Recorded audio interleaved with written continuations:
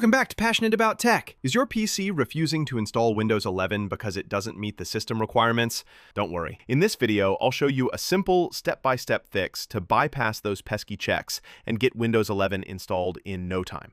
Let's jump right in. When you see the error message saying your PC doesn't meet Windows 11 requirements, left-click the Close button. Your computer will reboot. Now, select your preferred language, time, and currency format, then left-click Next. Check the box to agree to the terms, then click Next.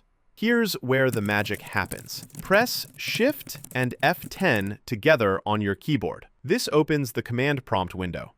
Type regedit and press Enter. This launches the Registry Editor.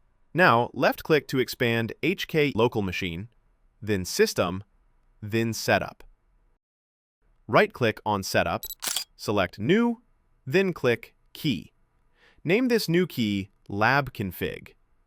Now, right-click on LabConfig, select New, then choose dword 32-bit value.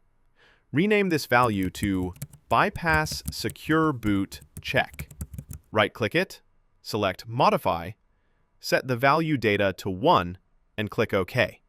Next, right-click on LabConfig again, select New, then dword 32-bit value. Rename this one to BypassTPMCheck. Right-click it, select Modify, set the value data to 1, and click OK.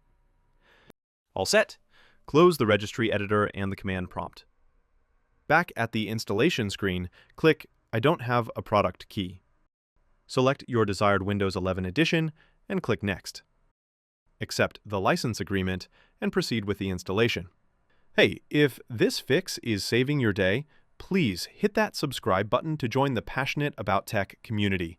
It really helps us keep bringing you these tech solutions. That's it.